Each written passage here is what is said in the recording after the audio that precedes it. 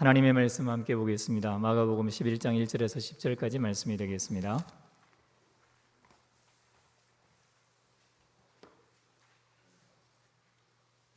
신약 성경 마가복음 11장 1절에서 10절까지 말씀 우리 한 절씩 교독해서 봉독하도록 하겠습니다. 그들이 예루살렘에 가까이 와서 감람산 벳바게와 베다니에 이르렀을 때에 예수께서 제자 중 둘을 보내시며 이르시되 너희는 맞은편 마을로 가라.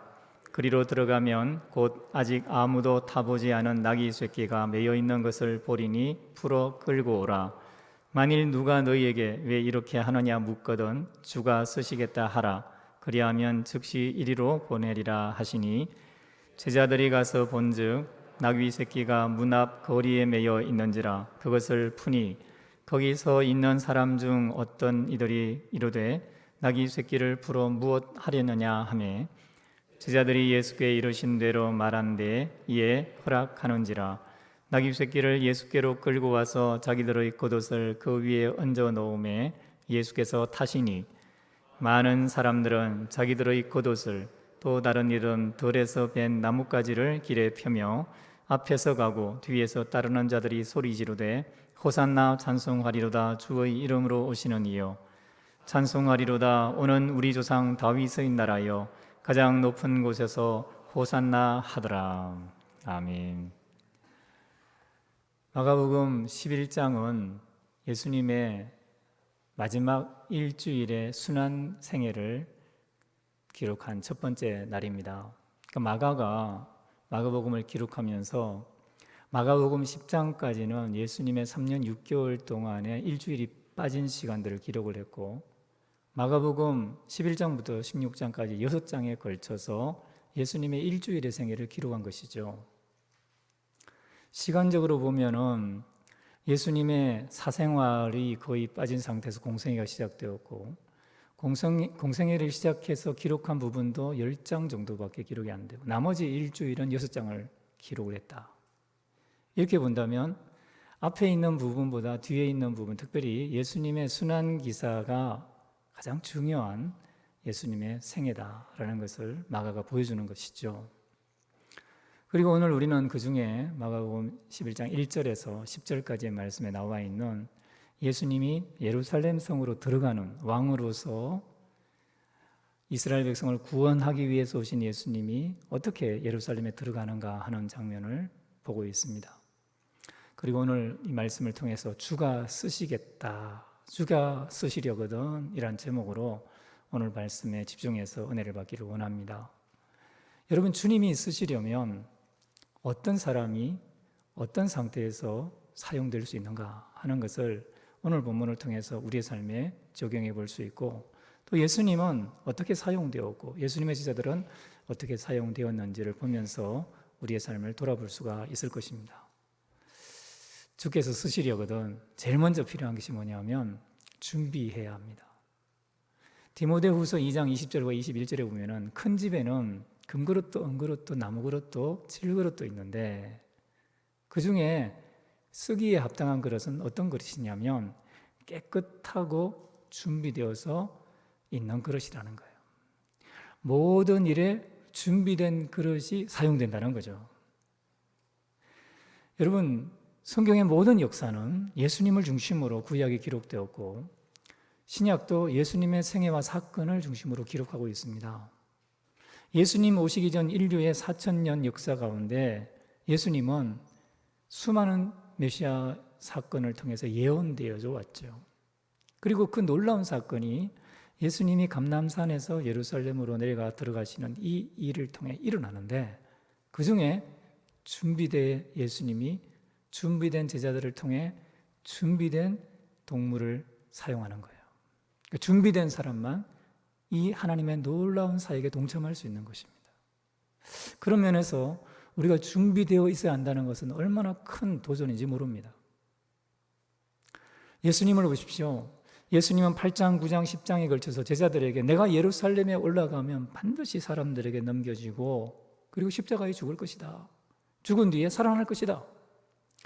자신에게 일어나는 일들을 잘 알고 계셨고 그 일에 맞게 준비해 오고 계시는 예수님을 볼 수 있습니다. 예수님이 준비하신 내용은 오늘 11장 1절에서 10절까지 그 예루살렘에 들어가는 입성에도 잘 나와 있죠. 예수님은 이제 어느 곳에 계시고 누구를 만날 것이고 무엇을 타고 들어갈 것이고 제자들이 그 일에 무슨 일을 해야 되고 사람들은 어떤 역할을 할 것인지를 다 알고 계시고 미리 준비하고 계시는 거죠. 제자들을 준비시킵니다. 그 마음을 준비시킵니다. 3번에 걸쳐서 메시지를 전하시고 그리고 그 중에 2사람을 선별을 해서 뭐 어떤 사람은 그 2사람이 야고보와 요한일 수 있다. 어떤 사람은 베드로와 요한일 수 있다. 다른 2사람일 수 있다. 이런저런 말들을 하는데 어쨌든 2사람을 보내어서 이 일이 예수님이 미리 준비한 이후에 일어난 일이라는 것을 알려주십니다. 그리고 제자들에게 준비하게 하십니다. 그리고 이제 예수님이 결정적으로 타고 가시는 그 나귀를 보면은 이제 11장 4절에 나와 있는데 그 나귀가 어디에 있는지를 보십시오. 문 앞 거리에 있습니다. 유태인들은 1세기뿐만 아니라 주변의 동양 사회 문화 속에서 동물을 기를 때에는 집 안에 길렀습니다. 사각형으로 된 정원이 있는 집 안에 묶어놓고 먹이를 주고 길렀죠. 그러니까 나귀와 나귀 새끼, 마태복음 21장에 따르면 나귀와 나귀 새끼라고 되어 있습니다. 그러니까 어미 나귀와 새끼 나귀를 예수님이 풀어오게 하는데 그 나귀가 어디에 매여 있냐면 문 앞 거리에 사거리 또는 이 동으로 2개의 거리가 만나는 그 거리에 매여 있었다는 것이죠. 그러니까 준비된 나귀와 나귀 새끼라고 볼 수 있는 거예요. 그때는 유월절 기간이었기 때문에 수많은 사람들이 예루살렘으로 올라갑니다. 평소에 3배 되는 군중들이 이 거리를 지나가는 거예요. 그러니까 어떤 이유에서든지 간에 이 나귀나 나귀 새끼를 사용하려고 하는 사람들을 위해서 준비하고 있는 주인들의 모습을 볼 수가 있습니다. 주님은 이런 사람을 사용하는 거예요.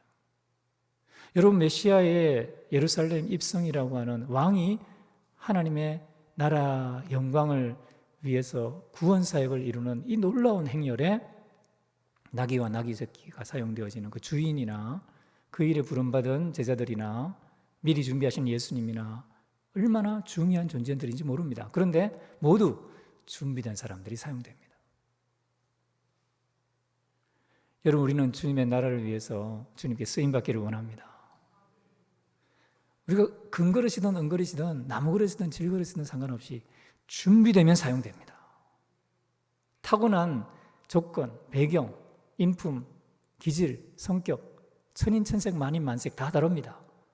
그런데 주님은 누구를 사용하시냐면 준비된 사람을 사용하는 거예요. 저 여러분이 하나님 나라에 어떤 일이 진행되든 간에 그 일에, 모든 일에 쓰임받도록 준비하실 수 있기를 주의 이름으로 축원합니다. 예수님은 그 일에 준비되셨고 제자들을 준비시키셨고 준비된 사람을 사용하셨기 때문입니다. 오늘날도 주님은 불꽃 같은 눈동자로 인간의 일거수일투족 마음과 심령을 폐부를 감찰하시며 누구를 사용해야 될지를 알고 계시는 거예요. 예배를 드리고 있는 우리 가운데도 누구를 사용해야 될지 주님이 아시는 거예요. 2번째, 주께서 쓰시려면 하나님은 하나님의 말씀대로 모든 일을 성취하시는 분임을 믿어야 합니다. 여러분, 예수님에 관한 마가의 이 기록은 사실은 예수님께서 하나님의 말씀을 성취하고 있다는 것을 자세하게 묘사하고 있습니다. 1절을 한번 볼까요?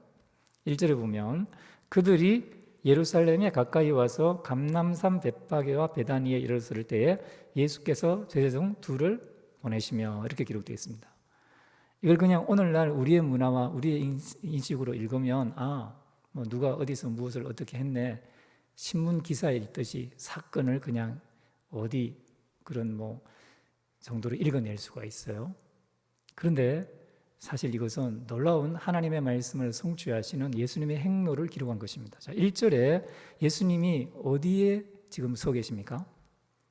예루살렘 가까이 와서 어디에 서셨다고요? 감람산 벳파게와 베다니에 이르렀었다는 거예요. 이것은 예수님이 하나님의 말씀을 알고 계시고 하나님이 말씀하시는 대로 하나님의 뜻을 성취하는 첫 번째 장면입니다. 바로 예수님이 동쪽에서 서쪽으로 들어가는 거예요. 동편에서 서쪽. 자, 이제 그림이 보일 텐데 여기 보시면 감람산은 해발 818m의 높은 산이고 예루살렘은 그것보다 한 200m 정도 낮은 곳에 위치하고 있습니다. 근데 이 감람산이라는 곳이 지도상으로 보면 동쪽입니다. 예루살렘 동쪽입니다. 그리고 예수님은 동쪽에서 예루살렘으로 들어가시는 거예요. 이것이 에스겔 말씀에 이미 예언된 것인데 예수님은 그것을 지금 성취하시는 것이죠. 자, 거기 나와 있는 43장 2절 말씀 잘 보이시나요? 한번 읽어볼까요? 이스라엘 하나님의 영광이 동쪽에서부터 오는데 하나님의 음성이 많은 물소리 같고 땅은 그 영광으로 말미암아 빛나니. 자, 이스라엘 하나님의 영광은 누구를 가리키는 말입니까? 예수 그리스도를 가리키는 말이죠. 그는 보이지 않는 하나님의 형상이요 영광의 본체십니다. 요한복음에 나와 있는 말씀이죠. 그러니까 예수님은 하나님의 영광입니다. 근데 그가 어디에서 오신다고요? 동쪽에서부터 오는데 에스겔 48장에 보면은 에스겔이 각 지파의 지경을 측량을 하는데 거기서도 동쪽부터 서쪽까지 각 지파의 이름을 부를 때마다 동쪽부터 서쪽까지라고 지역을 경계를 측량해요. 그게 13번 나와요.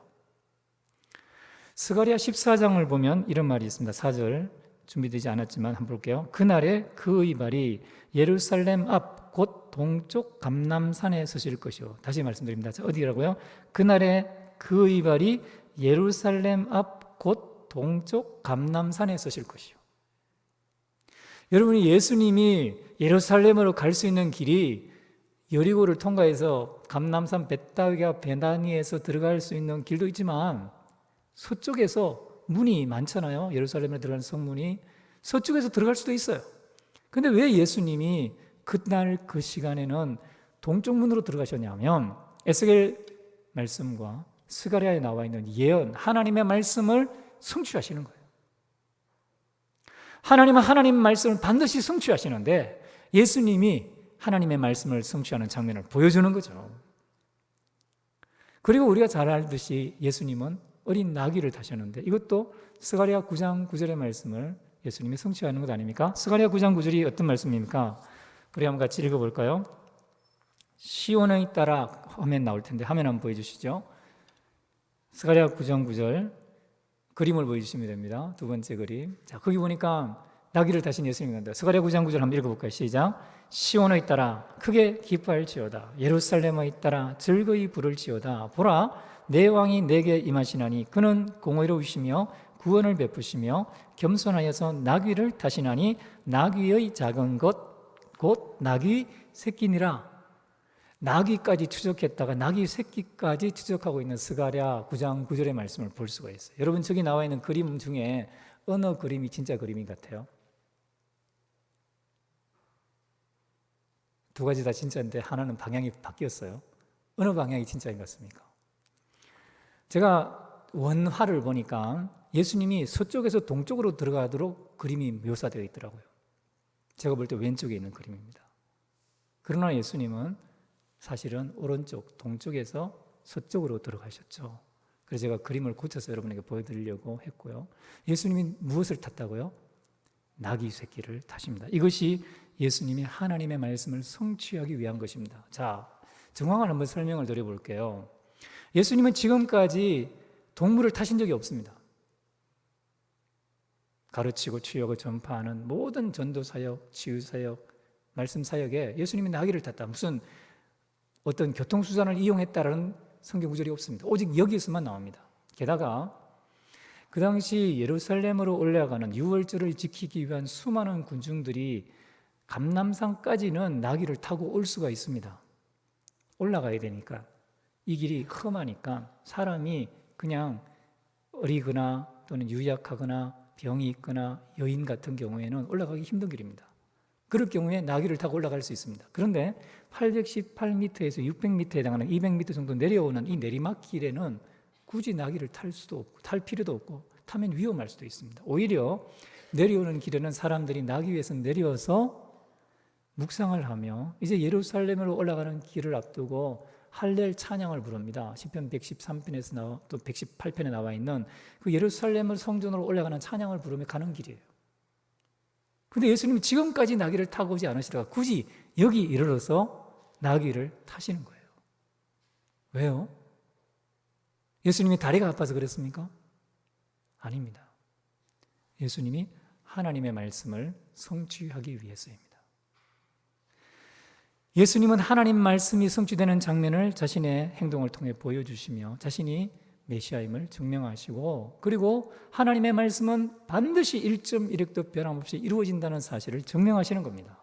할렐루야. 하나님의 말씀 반드시 이루어집니다. 그리고 예수님이 여기서 제자들을 보내시면서 너희가 가면, 맞은편 마을에 가면 매여 있는 나귀를 만날 텐데 풀어 내게로 데리고 와라. 데리고 올 때 사람들이 너희에게 왜 풀어 가느냐가 물으면 주가 쓰시겠다 하라 라고 말합니다. 근데 여기 주가 쓰시겠다라고 하는 이 단어가 여러 가지 중요한 의미를 가지고 있습니다. 그냥 우리말로 볼 때는 주가 쓰시겠다라는 단어죠. 그런데 이 구절은 원래는 필요가 있다. 헬라어 단어로 보면은 필요가 있다라고 번역이 됩니다. 그러니까 물으면 필요가 있다라고 말해라 라고 했는데 여기가 중요할까요? 마가복음 2장 25절에 보면 이 구절이 한 번 더 나오기 때문이에요. 마가복음을 읽고 있는 사람들은 이 성경을 처음부터 1장 1절부터 16장까지 쭉 내리 읽습니다. 예수님에 관한 기사를 2장에 접했고 다시 11장에 접하는데 2장에 예수님이 하셨던 구절이 그대로 반복되어서 헬라어 단어로 여기 반복이 되는 거예요. 예수님이 보내시는 그 지시 속에 나오는 거예요. 그러니까 이 11장을 읽을 때 사람들은 예수님이 그때 2장에서 이 단어를 사용했는데 하면서 2장의 사건을 떠올리게 되는 거죠. 2장 25절입니다. 2장 25절은 이렇게 되어 있어요. 예수께서 이르시되 다윗이 자기와 및 함께한 자들이 먹을 것이 없어 시장할 때에 한 일을 읽지 못하였느냐. 여러분 이게 무슨 사건입니까?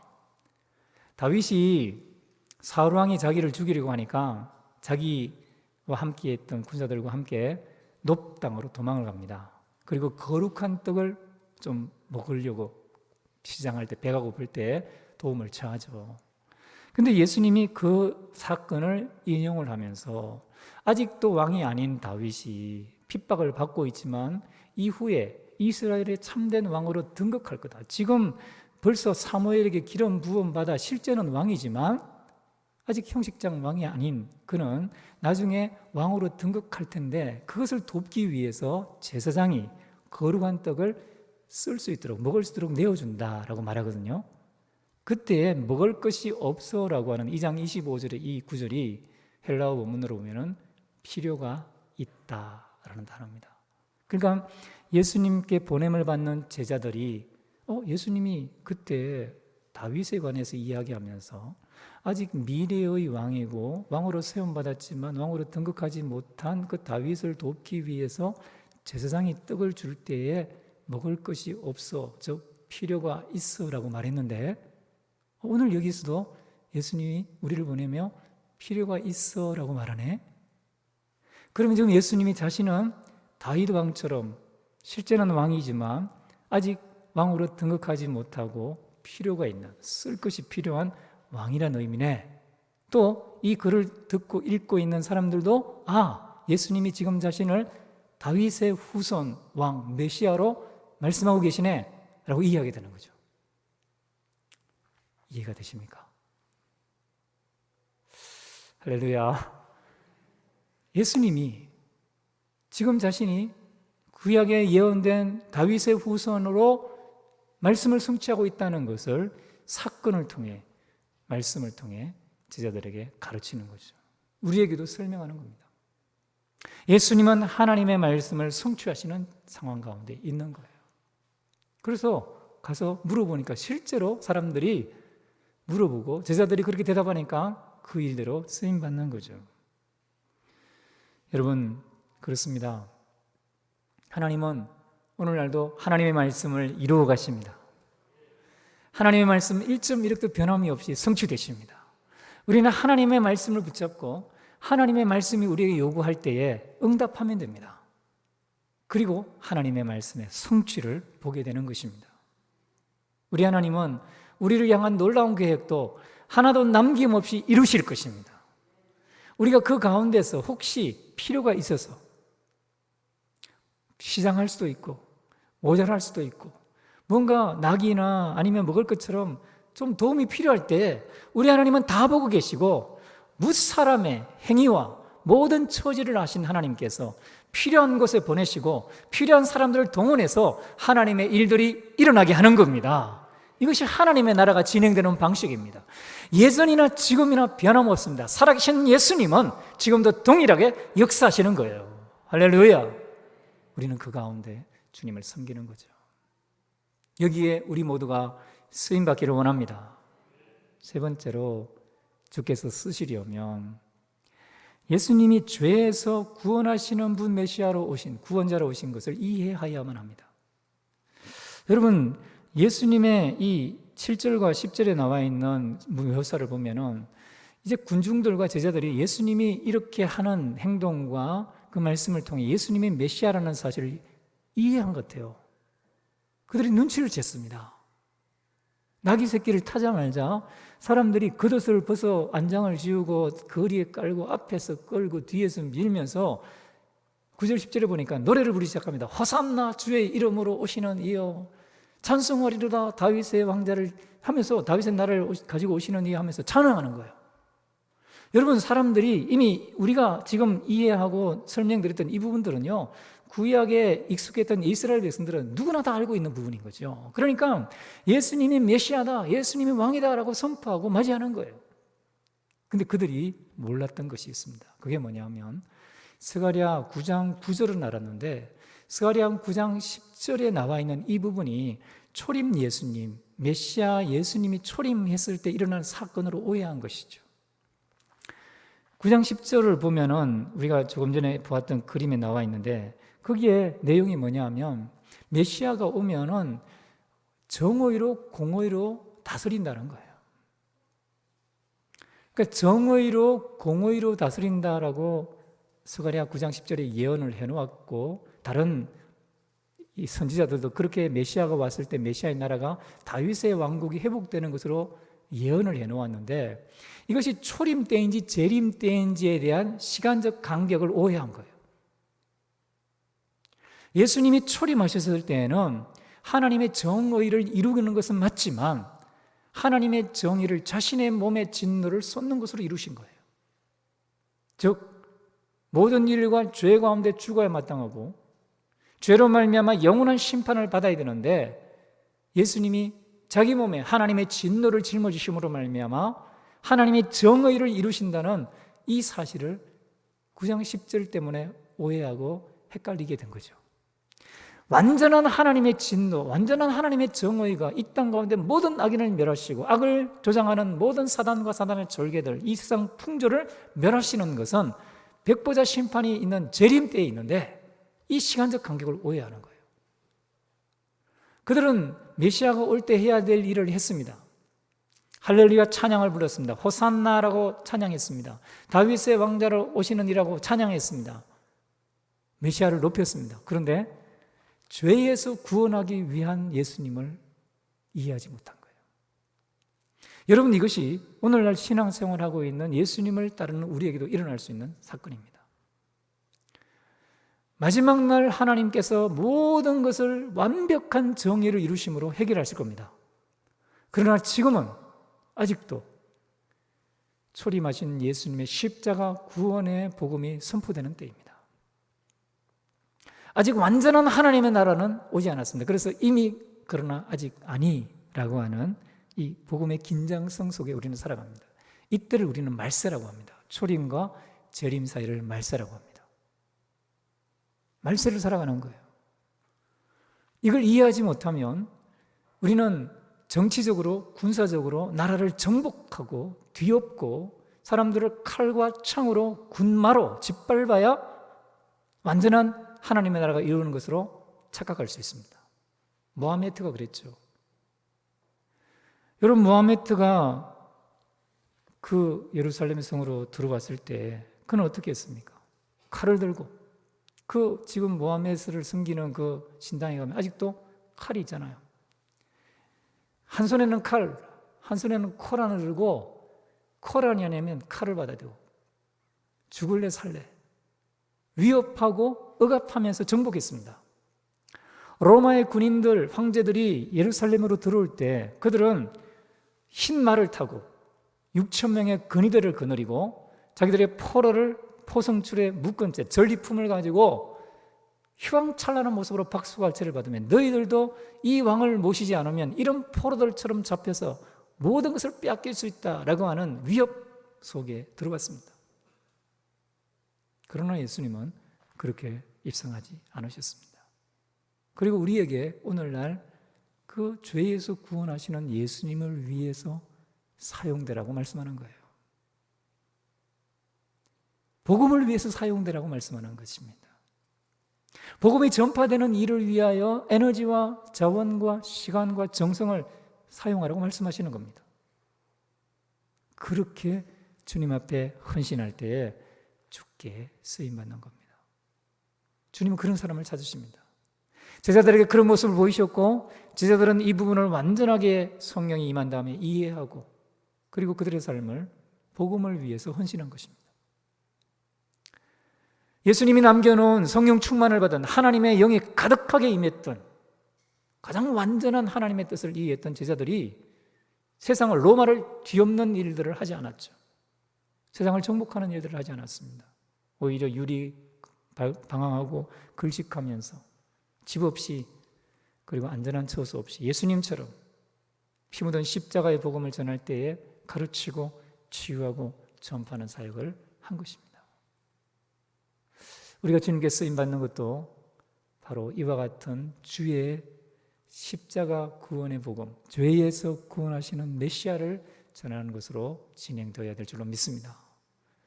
여러분, 오늘 많은 사람들이 이걸 오해합니다. 어떤 종교에서는 예수님이 사랑이시고 하나님이 사랑이시고 성령의 열매도 사랑이니까 지옥은 없다. 사람은 죽으면 끝난다. 그렇게 말합니다. 여러분, 어느 종교인지 이해가 되세요? 그렇게 말하는 종교가 있습니다. 어떻게 사랑의 하나님이 지옥을 만들 수 있는가? 그러면서 하나님은 사랑이니까 위협, 그런 공포, 그것은 하나님의 뜻에, 하나님의 속성에 맞지 않다라고 말합니다. 그렇지 않습니다. 하나님은 오늘 어린 양이신 예수님이 겸손히 나귀를 타고 들어오시는 이 십자가 구속 사역을 통하여 자신을 드러내셨습니다. 거기에 군중들이 시편 113편부터 118편에 나오는 힐렐 찬양을 하나님 앞에 올려드리면서 부른 메시아를 향한 노래가 뭡니까? 호산나 찬송하리로다 다윗의 자손으로 오시는 이여 라고 했습니다. 여러분, 호산나라고 하는 이 외침이 무슨 뜻입니까? 호세아니라고 하는 히브리어인데요, 이건 무슨 뜻이냐면 호세아라는 단어는 예수, 여호수아라고 하는 같은 단어입니다. 지금 우리를 구원하소서라고 하는 부름이에요. 외침이에요. 호산나가. 근데 예수, 여호수아라는 말의 의미가 뭡니까? 자기 백성을 저희 죄에서 구원할 자입니다. 예수님을 메시아라고 찬양하고 찬송하리로다 종려나무 가지를 흔들고 나뭇가지를 흔들고 높여드리는 이유는 예수님이 죄로부터 인간을 구원하는 메시아로 오셨기 때문입니다. 우리가 그 예수님의 십자가 사건으로 말미암아 죄로부터 구원받은 것입니다. 그리고 이것을 우리가 전할 때 주께 진정으로 쓰임받는 것입니다. 여러분, 우리는 무엇에 우리의 에너지를 사용하고 있는지 다시 돌아봐야 할 것이고 주께 쓰임받는 사람 되기를 원합니다. 준비하십시오.